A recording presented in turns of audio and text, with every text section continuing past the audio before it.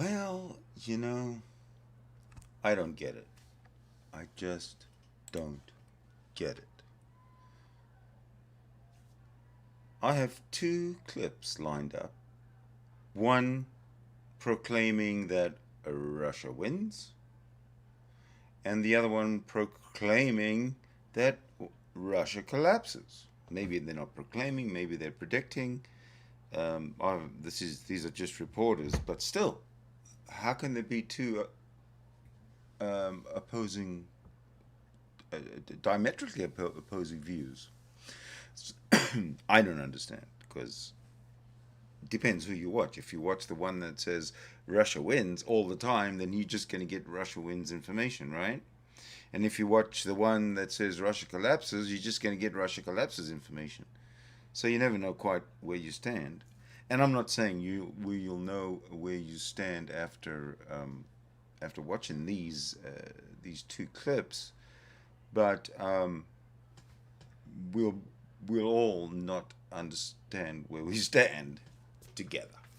So I was thinking the best thing to do is to start with the Russia collapses. The Russia collapses side. Okay, now we have the Vancouver Sun, who's going to lead us into the conversation regarding the collapse of Russia. So we're not going to mess around. We're going to get right into it. The production of this program is made possible thanks to the support of the following and viewers like you. The EU just announced its 7th sanctions package, which is set to put an embargo on Russian gold. Gold is Russia's largest non-energy export. The Russian government's response was to shrug it off and downplay the impact of sanctions. That's a position the Union of Gold Producers in Russia disagrees with, noting the country's gold industry may suffer irreparable damage. Author, National Post editor-at-large, and senior fellow of the Atlantic Council, Diane Francis, says Russia is in trouble, economically. Okay, so here in this clip, Russia is in trouble. Okay, let's carry on. Demographically, financially, and militarily. Francis goes on to say, punitive Western sanctions, as well as brain and capital drains, are shredding the country's future. In an article titled "To Russia with Malice," Francis states sanctions against the import of technology such as microchips have caused factories to stop making consumer products as well as weapons of war. Automobile production is down by 96.7%. Aeroflot is using spare parts from outdated aircraft to keep its fleet. Right, so what he's saying is the Russian economy has bottomed out, has collapsed. There's no spare parts, there's nothing there. It's an empty economy or something. Let's see what he actually says. Operating. Francis warns, don't ever fly Aeroflot. And worst of all, hundreds of billions of dollars worth of energy, nuclear, and infrastructure projects have been canceled. I invited Diane Francis to join me for a conversation that matters about the devastating consequences of Russia's irredentism towards Ukraine and throughout the remainder of the former Soviet Union. Diane, welcome. Hi. Hi. How bad is it in Russia right now? Your article to Russia with Malice really paints a very bleak picture.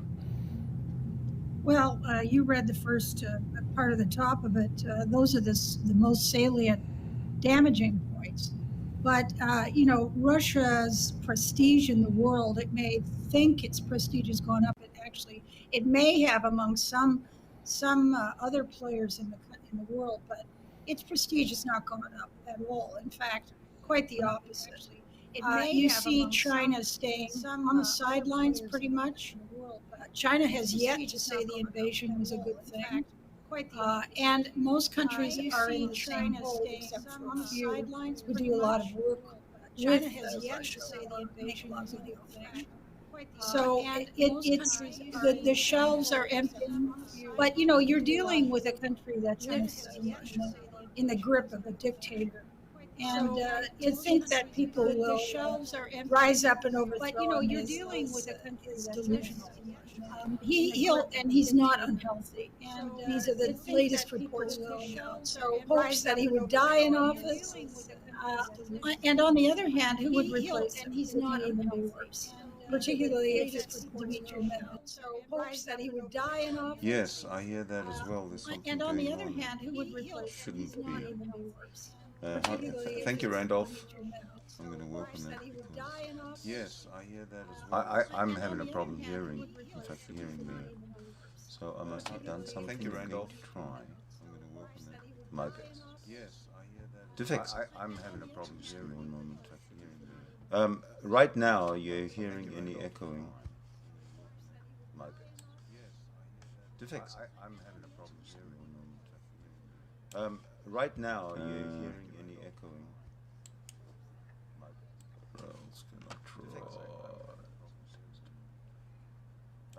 Right now, you're hearing any echoing. Give me one moment. Right now, I'm supposed. Oh, I see. Maybe this is it. Okay, I think I figured it out. Let's go.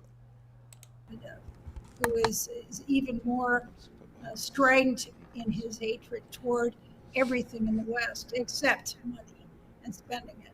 So, you've got a situation where Ukraine is just like Britain was at the outset of the Second World War, where the Americans were furnishing it with food and money and weapons to fortify itself against Hitler conquering all of Europe, and then preparing for an invasion to push him back to Germany, and all the dirty work is being done by others, and that's unfortunately the poor Ukrainians, and they are doing an incredible job because they're heroic and because this is not a war, this is genocide. He intends to wipe them off the face of the earth.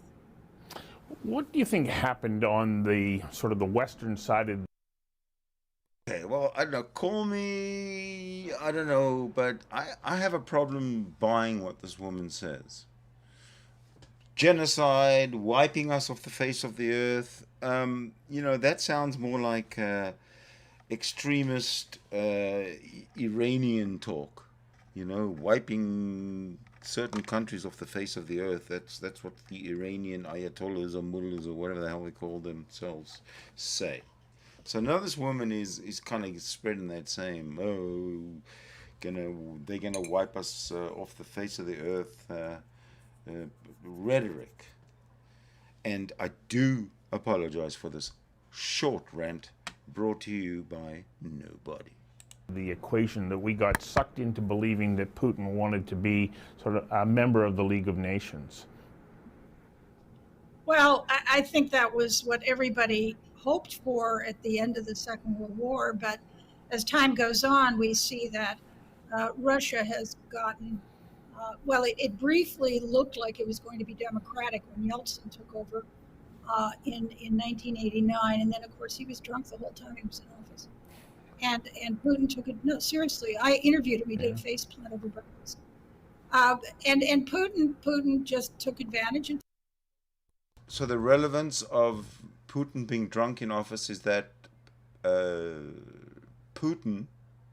relevance of Yeltsin being drunk in office opened the door for Putin to spread his Soviet ideas rather than allow Yeltsin to spread his ideas of democracy? Took over, and so did the entire KGB, and they turned it into a kleptocracy. In other words, they have made the country, they have raped the country of all its assets and wealth for themselves. And they run it like a dictatorship, and they have a huge army, and they're going around causing mischief everywhere. The point is, and I've been writing about this for quite a while, and that is that Putin has declared Russia against Europe, never mind Ukraine. He declared war against Europe. He did? He declared war against Europe. Can anybody back this up? He declared war against Europe. Okay, this is like the third thing that this woman has said that I'm starting to have a problem with. I'm just going to I'm going to watch her this time because I don't trust her. And he has been doing all kinds of mischief and disruptive things, including Brexit, including backing dictators, including disinformation, sabotage, poisonings, murders, assassinations. Yeah, I guess Russia's going to collapse. All kinds of mischief throughout Europe. But the biggest mischief he did was he bribed all the German industrialists to let him make them dependent on natural gas, and the rest of the continent as well. The Americans were wise to this before anybody else was. And of course, the Ukrainians were, but they were just struggling to get a democracy when this all happened. And so now you've got a situation where, as I say, they're the unfortunate proxy in the proxy war between Europe and Russia.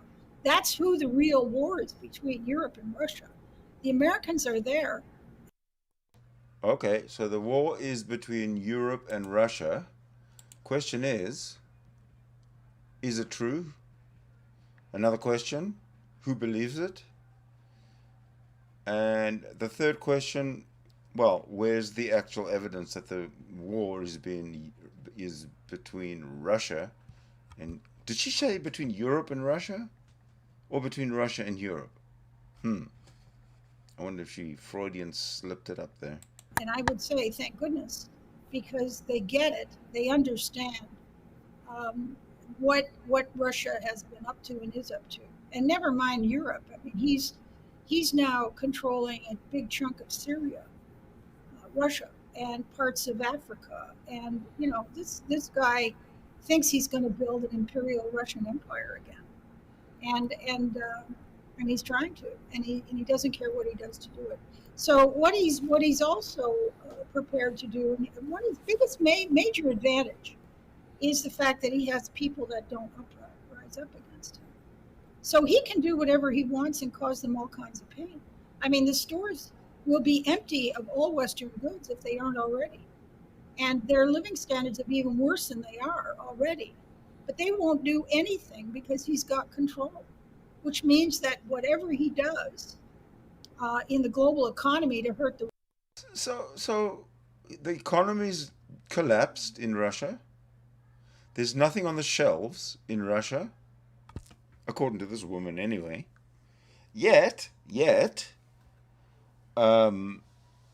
I see videos on YouTube, people in Russia.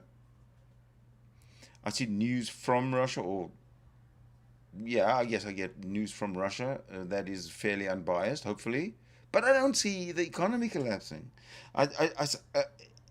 I think the ruble has regained some value, or perhaps even outdone its value prior to the aggression on Ukraine. I don't know, but this woman is starting to irritate me. The rest of us backfires on Russia, but he doesn't have to care. So he's about the business of creating a recession, global recession. That's that he would like a global recession. That's one of his big weapons. I got to get you to hang on for a second while we take a quick commercial break. We'll be right back. I think the production of this program is made possible thanks to the support of the following and viewers like you. Yeah, we'll watch. Well, I note that there was an agreement through Turkey to move grain out of the Ukraine here in the last couple of days. What do you think happened there that Russia seems to be willing to agree to the movement of that Ukrainian grain? Well, they say they are. I don't believe anything they say. He said he wouldn't invade. He said he wouldn't invade, the day before he invaded. He's a liar. He does what he wants to do. He doesn't care. And, he made. I think this is the first thing that I agree with this lady Diane on. Decide that he'd like to send out the message that, this is what I think the game is. This is a Putin game. He's going to say, we agreed to the grain getting out of Ukraine. It's all been Ukraine's fault anyway, because they mined the seas. Of course, they didn't mine the seas, but if they had, no one would blame them because they were about to get invaded by Russia. But that part's missing. So what he's going to do is, he's not going to really do anything that he agreed to. It'll fall apart, and they'll blame Ukraine. They'll blame Ukraine. Right. I'm sure that the Ukrainians right now are ruing the day after the fall of the Soviet Union when they agreed to return nuclear weapons to Russia in promise of never being invaded by Russia. It goes to show that a Russian agreement means nothing. That actually has some substance to it, that claim. A Russian agreement means nothing. But then again, on the other hand, don't forget that Russia's not the only player where an agreement, with whom an agreement means nothing. An agreement with pretty much any country that is outside of the Western sphere means nothing. An agreement with China means nothing. An agreement with Russia means nothing. And I agree on both on their point anyway. Obviously, I agree on my point, but I don't see Russia collapsing yet in their argument. I don't find they have a compelling argument that Russia's going to collapse. Well, you know who else signed that agreement? Britain and the United States. Yes. And they didn't comply either. They didn't do anything about the fact that Russia didn't go along with what all four of them agreed. And the same applies to Belarus, and the same applies to Kazakhstan. And by the way, I happened to be in the Ukrainian parliament in 1994 when they were debating hotly that they shouldn't give those nuclear weapons up because Russia would do just this. Because they've never trusted Russia, and they've always been victims of Russia, always. And so, you know, the West, Bill Clinton forced them to do it, forced them all to do it because, you know, we thought, oh, well, this would be great, and it's a show of faith, and, you know, the Cold War is over anyway, isn't it? And, you know, all that rubbish. And you know, they didn't realize that the KGB was not only still in charge, but we're going to do what they've done. So you wrote also this week about a completely or quite a different situation in Kazakhstan, where the president there is demonstrating a willingness to stand up to Putin. What's the difference in Kazakhstan that at the moment they can say, we're not buying into this and we're fortifying ourselves as best we can, even though they don't have the military to withstand an invasion from Russia? Kazakhstan is a really, really fascinating case. And that newsletter that I wrote was a world exclusive. Nobody's been following it. I just put it together from some snippets of intelligence, and because I read all about Eurasia, that's what I really have a lot to do with. And, you know, what this fellow is doing is he's taking advantage of the fact that, you know, Russia's preoccupied. Let's face it, they're not doing well with the war. To open up a second front, they're not going to send a whole bunch of troops to Kazakhstan. They can't deploy that, and Kazakhstan is not requiring any military intervention at this point. All he was doing was he stood up to Putin on a television show personally and said, you know, I don't think your invasion of Luhansk and Donetsk was legitimate in 2014, and I don't think it is now. Whoa. And go Kazakhstan! Let's hear it for the Kazakhstanis. Yay! You know, the press went crazy, and he left the show and fine. And then 2 days later, he announced to the European Union, we'd like to give you more oil to help you. Another stab in the back to Putin. And of course, because their oil currently goes through Russia, it was stopped immediately. It was an excuse to stop it. So it's a standoff. I mean, it's not going to change until they build an alternative pipeline, which is in the works. And Europe will pay for it, believe me, because they have a lot of oil and gas in Kazakhstan and also in their neighbor Turkmenistan. So what's different here is that Kazakhstan is gigantic, and Kazakhstan is not Eastern Europe. It's different people. and their connections are different. And so they speak a Turkic language. Okay, so I don't get the Kazakhstan connection here. How's Kazakhstan going to be in any way complicit in the collapse of Russia, which I still haven't heard an argument for? Which is derives from Turkish. And those 5 Central Asian countries that I have a map of on my newsletter that are, and their mother country is Turkey, and their mother language is Turkey, have a bigger population than Russia's.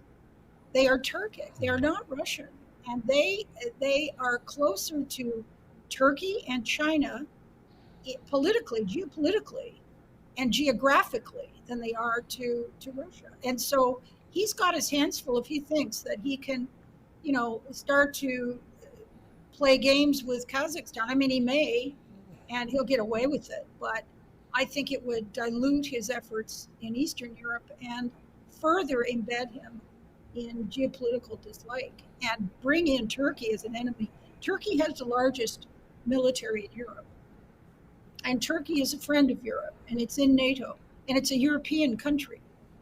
But I'm saying the ties that bind them is they all are Turkic people going back centuries. And so there is kind of they're kind of a, shall we say, a moderate Muslim culture. And it's definitely something that's important. Listen, lady, there might be a moderate Muslim country, Kazakhstan, very possible, no problem. And I commend them for that. And I commend them for the president of Kazakhstan standing up and telling Douglas Putin, not Douglas Putin, Vincent Putin. No. Vladimir Putin. So he's telling Vladimir Putin that he doesn't like what he did in the Donbass region. Great. I'm wonderful. I'm very impressed. But how does this reach the conclusion that Russia is going to collapse? We've only got 10 minutes left of this clip, so you better get there, Diane. They're not Oriental, but China has invested billions of dollars in Kazakhstan. Guess why? Oil and gas and uranium. Oil, gas, and uranium, and they've built this gigantic 8,000 kilometer railway system of 9 railways and roads and air corridors to link China to Europe, bypassing Russia. And they've been doing that for years. So that tells you where China is headspace-wise, concerning Russia. This is our second break. We'll be back in a moment. The production of this program is made possible thanks to the support of the following and viewers like you. So that, of course, would be a concern for Putin if he moves into Kazakhstan, the response from China, which would be not as it has been in their reaction to what's happening in the Ukraine. Well, I don't think that they would wade into it. China doesn't have to and doesn't want to. And also, I might say they've spent billions. China has spent billions investing in Kazakhstan. It also spent billions investing in Ukraine. Oh, yes. Lots of infrastructure in Ukraine, which is being blown up in front of their eyes right now. So, China, I think China is not frightened of, if you want my guess as to why China has built up a very large military, it's not to take over Taiwan, and it's not because they think the Americans are going to invade them. I think they're frightened of Russia. And I think that if Russia consists in doing what it's doing, Hang on a second. If China is frightened of Russia, huge, massive China, if they frightened of Russia, but you claim that Russia's collapsing, so what if...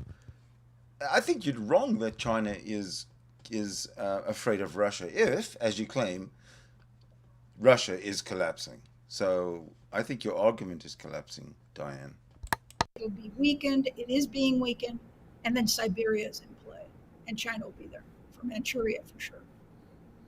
So, in the midst of all of this, we turn our attention back to Canada and the decision to release these turbines that were being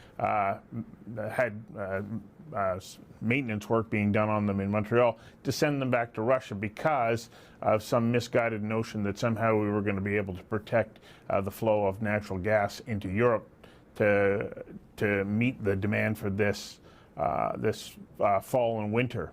And yet, as soon as the turbines are clear of Canadian control, the Russian gas company says, no, we can't guarantee that we're going to be able to supply that. Have we been played for suckers in Canada? Yeah, 100%. We were gamed. And by the way, Germans were gamed and the Americans were gamed. And they were the ones pressuring Canada to do this. But here's what I think is egregious about the Canadian decision to give up a turbine. Canada is a resource-rich country. We have more experts on turbines and pipelines and how they work and compressors, maybe than any country in the world except the United States. Did anybody not in our government know that that turbine was a joke? It wasn't even necessary. Why didn't they say? Okay, if anyone from the Canadian government is listening, I would like to have you answer the same question. So please answer in the side chat if you are from the Canadian government and you are listening. The Americans or the Germans, do you realize it's one of 6? It's not needed. I mean, this was a weenie government with absolutely no foreign policy smarts or any resource engineering business smarts. We got gamed. We got gamed big. And you know what? That pipeline will shut down again. Well, we got gamed doesn't sound like Russia's collapsing. When are we going to get to Russia collapsing? Or is she really is it just a clickbait, title on the Vancouver Sun YouTube channel? I hope not. I hope she's going to get to her point. He's warned it. He's playing it.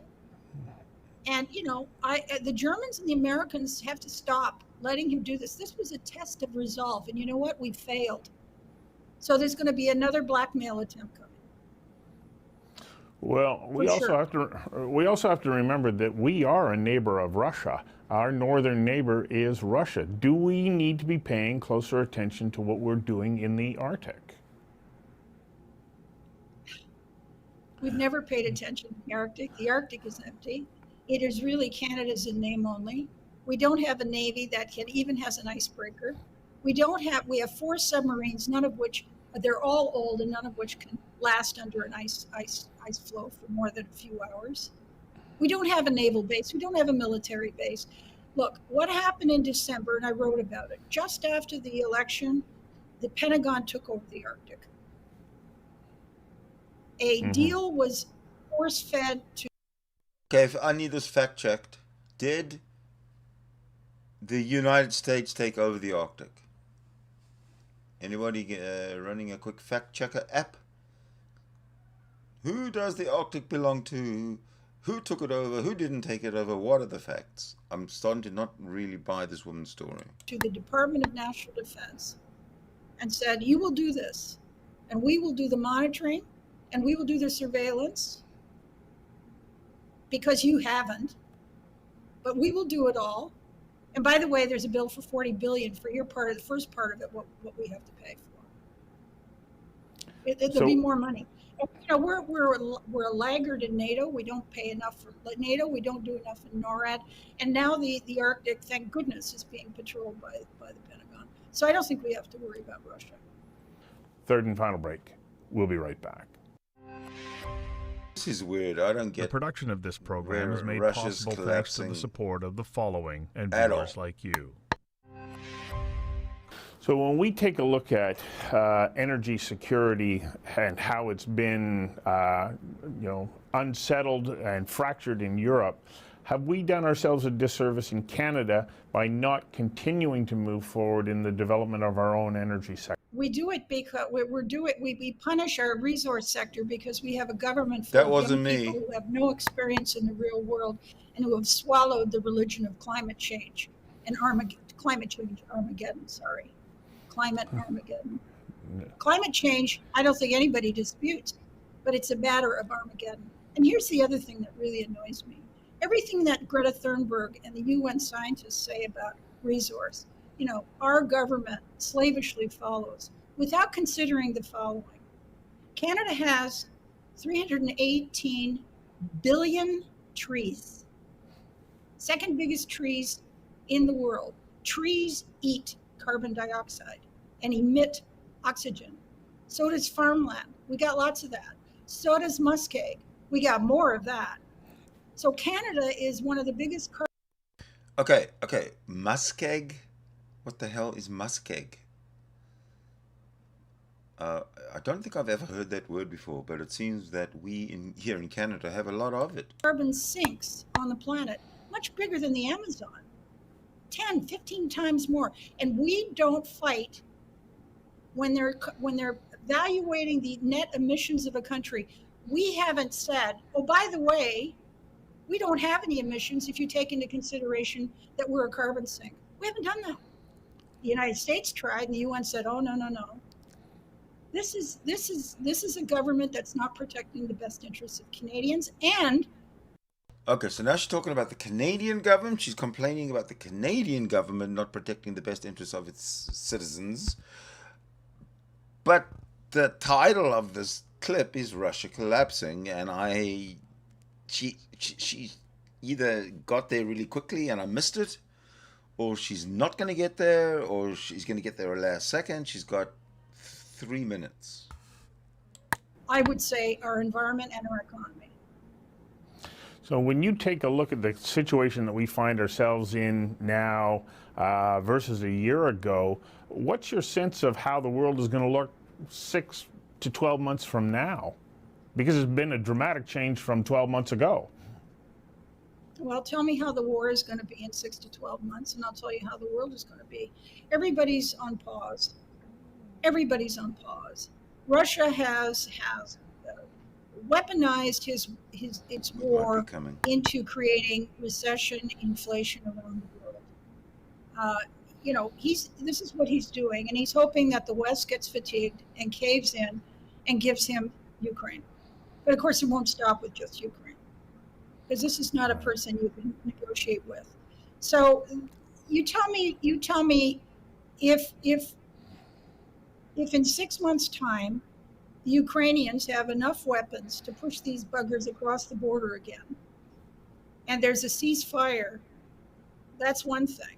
I think that's very unlikely. In 12 months, maybe. And then there's always the possibility that he escalates it to an unthinkable level if he thinks he's losing.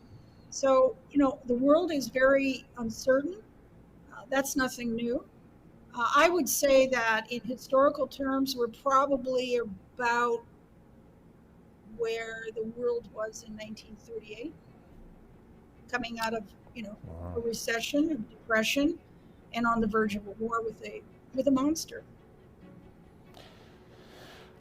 Unfortunately, I think you're correct about that, and I'm going to be watching your newsletters as they come out every week, and I encourage anybody who's watching to subscribe to your insightful dispatches. It's remarkable what you are focusing in on that nobody else is paying attention to. I thank you for the great work that you're doing, and thank you also for joining me here for this interview.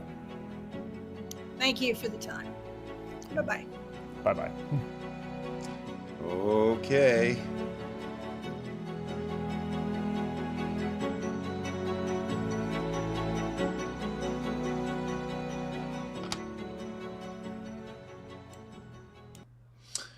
Okay, let's just leave that there. Now, I am absolutely not convinced that Russia has collapsed, that Russia is collapsing, that Russia will collapse. That was definitely a Vancouver Sun, see, Vancouver Sun, clickbait title.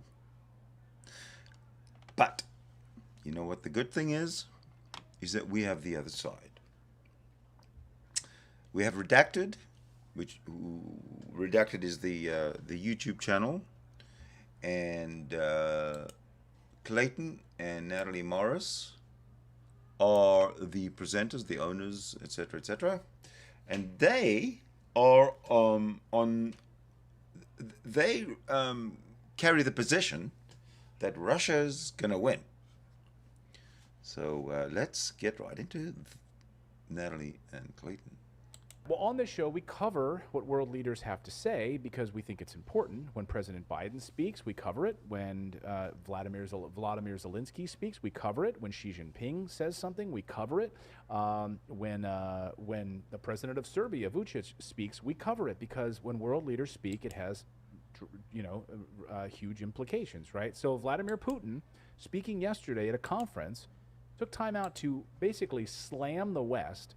But not specifically just the West, like Western countries, the United States, Europe, etc., but he was specifically talking about globalists.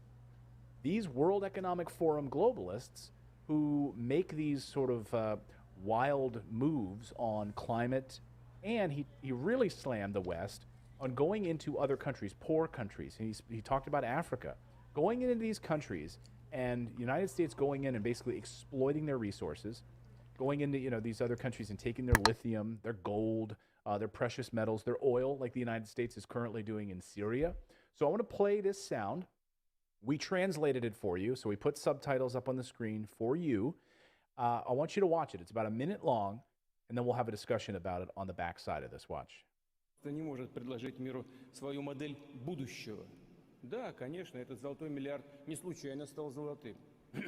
Добился очень многого.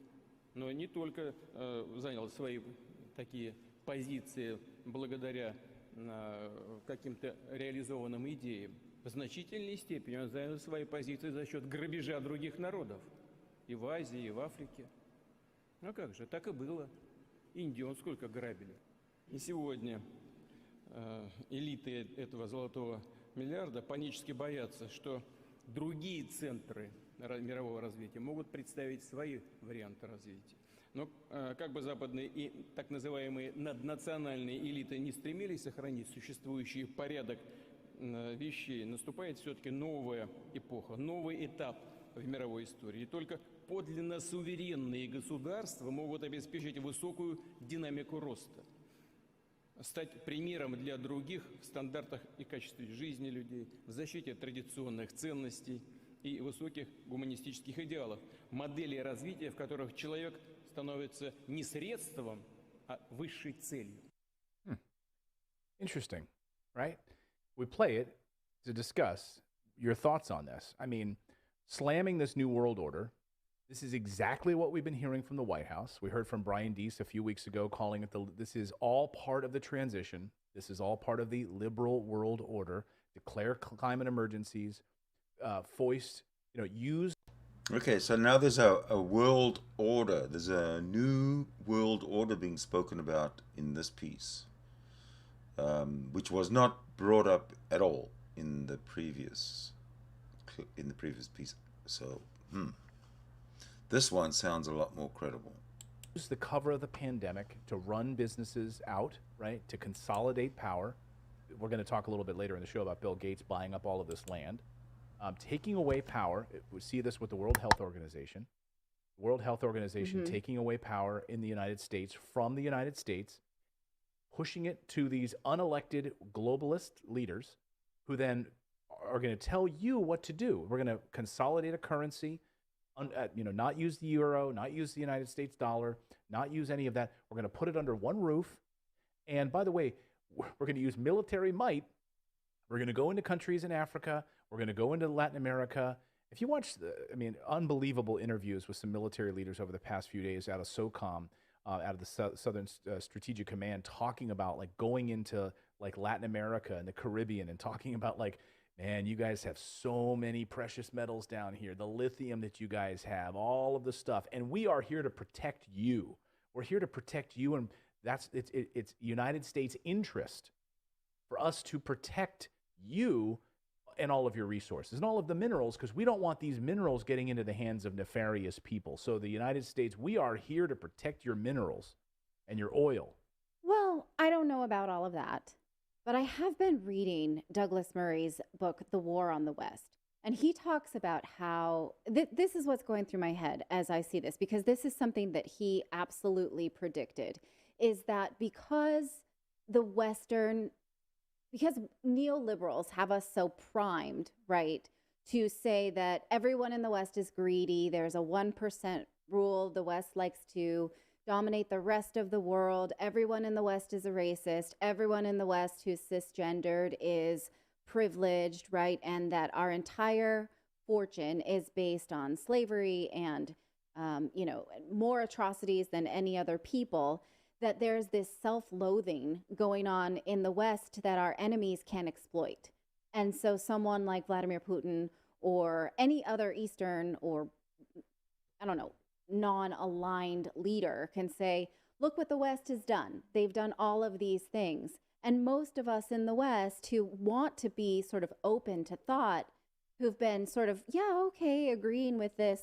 Yeah, we have racism in our society. Yeah, we're built on slavery. Okay, you're right. Are sort of quick to jump on this war of the West and sort of ignore any good that may be a part of Western culture, and that we should reject that and sort of decide what it is we want, not just agree that, yeah, we're Westerners, so we must be bad. Well, I can tell you what we want, which is stop colonizing other countries, stop plundering other countries for their minerals and resources, right? Here's the United States sitting on massive amounts of natural resources. One of the great bread baskets of the world, one of the great mineral bread. Okay, here's something I haven't heard before, and this is a pummeling of the United States wealth. Let's see what this guy says, what Clayton says about the wealth of the United States. Does the United States have wealth, or does it have debt? Baskets of the world, right? So instead, you cancel leases so that companies can't access but we'll go to your country, we'll steal your oil in Syria. So here's one thing we can stop doing is telling other people how to live and also then imposing ourselves on other people. Right? The UK is going to just tell people how to live and it's going to go, that's right, that's but what they do best, right? Isn't this part of Putin's point right here is that we don't want to live like they do, right? I don't know if they're saying everyone should live like we do. But they want to live the way that he says, which seems to be, in some ways a bit intolerant about, I don't know, certain sexualities or what have you, right? I'm not advocating one way or the other, but I don't want to just sort of jump on this like, oh, he's right, the West always does bad things narrative either. Yeah, I know. I agree with you. I think it's also divisive to just say the good, bad, and that's why Yes. one of my favorite Yeah. publications is Max Blumenthal and Aaron Mate, who write over at the Gray Zone. The name of their publication is called The Gray Zone for a reason. You have white, you have black, and then what happens in the gray zone is really where all of this stuff to me is the most important stuff. Yes. Right. Yeah. It's not always pretty. It's not always cut and dry. And that's where, you got to get your hands dirty a little bit for things to have real change. Well, we don't have to agree with them, right? But it's important that we understand what the narrative is around Putin and other Russians who do agree with the war and why they would feel this way, because they don't want Western creep of Western culture. That's fine, right? But just sort of throwing the baby out with the bathwater and say, well, all things Western are racist and classist and, No, but I think what all he's of that saying stuff. in that speech, when he's specifically talking about like these globalists are deciding for people around the world how to live their lives, and we don't want that. Like these globalists are declaring a climate emergency, which then forces farmers to lose their land, to lose their livelihood. To you can't use fertilizer anymore. You can't do any of that. So by these unelected globalists, so he's specifically talking about globalists and the New World Order. Yeah. And I don't disagree with it. I don't want that either. Sure. Right. Yeah. But I am, trying to parse out the nuance of what Vladimir Putin wants. And, I wouldn't want it in the reverse. Right. No, but think about it, the millions of Americans that voted for this, right? That voted for, hey, yes, we've got you know what? We're liberal elites we live outside of New York City. We're liberal elites in Massachusetts, et cetera. And we've got our wealthy property. We drive our Teslas. We drive our electric cars, and we're going to tell other people how to live. So we're going to take away farms because eating meat is bad. We're going to, we want to make sure that you can't do that anymore. That's leading to climate change. So yeah, we're going to get on board with all of these things that these guys come up with at the World Economic Forum, and we vote them in, right? And so these people, I didn't vote for them. I certainly didn't vote for them, but you've got people that voted for these people. Millions of people voted for Hillary Clinton. Millions of people voted for this. Yeah. Millions of people voted for Biden. Millions of people voted for the Squad and all of these people that promised this this green change and all of this stuff, and it's been a total disaster. Yes. And now people are going to have to vote them out. I mean, that's what's going to have to happen here. Laura Reeves says, "I'm Italian. I lived in the UK for 20 years, Mexico for 5 years, Netherlands for the past 6. Politicians are gross everywhere." Yeah, like where are politicians like squeaky clean? Honestly, back in the day, think about politicians back in the day that didn't make a career out of it. In the early part of in the 17 and 1800s in the United States, you had farmers, you had people who worked the land, and they would come to Washington for a short amount of time, and they would go back. Yeah. And they weren't career politicians. And now you see people like Nancy Pelosi and Richard Shelby who have battleships being built in his backyard in Alabama so that he can make money off of it, so that he can, these pet projects that are in their backyard because they're career politicians. Right. Yes. So, I mean, this is the disaster. Today's episode is brought to you by our friends over at Moomoo. Do you want an amazing trading platform that gives you zero commission trades and has access to over 50 different major financial markets? Yeah, that's Moomoo. And they are a NASDAQ-listed company with a market value of $6 billion. Wow, that's a lot of money. Brokerage. And they just added their Australian market. That's right. So all of our Australian listeners, go ahead and sign up. We'll have a link in our description. That's right. How you can sell. get $25,000 in free stocks. That's right. 10 free stocks when you open an account plus an 11th bonus stock. Are you paying attention, everybody? How easy it is. The platform is clean, easy, and you simple. too can be very wealthy. So you can sign up for your favorite stocks and get news that's relevant. Because you know what you're doing in the stock market, don't you? University built in. So if you're new to trading, you're new to investing, just go through and take some of their free courses that are inside of the Moomoo platform. And be prepared to lose all your money. Never spend any of your own money to buy certain companies, whatever it is you're going to do. Just take some time and learn how to do it inside of their easy-to-learn university programs inside of the app. Again, zero commission trades, free level 2 trading data. It's an amazing platform. You all should be checking it out. Don't miss out, right everybody. Now. Just go to redacted.inc Just go to /Moomoo today Moomoo. to get those free bonus stocks. Learn everything you can about the Moomoo platform. They do an amazing job. Again, they've just added their Australian market, so please go check them out. We'll have a link in the description below. You do not want to miss an opportunity this summer with their summer special to get up to don't miss that right now. It's summer right now, don't forget. With Moomoo. Our thanks to them for supporting the show. Thank you so much for subscribing to our channel. We've been banned, we've been blocked, we've been censored. That's why we started our own website to stay connected with you for free. That's right. So head on over to redacted.inc and make sure you're connected with us. You can sign up again at redacted.inc. Okay, so I'm still in the dark. I have no idea where Russia wins or Russia collapses. There was no real talk on that particular subject. So I'm still, as you can see, the question mark on the back of the question mark on the screen right now is still where I'm at. The question mark hanging above my head is still there. Thank you everybody for watching. It has been a pleasure entertaining you, and I'll be back to do exactly the same thing very soon. Bye.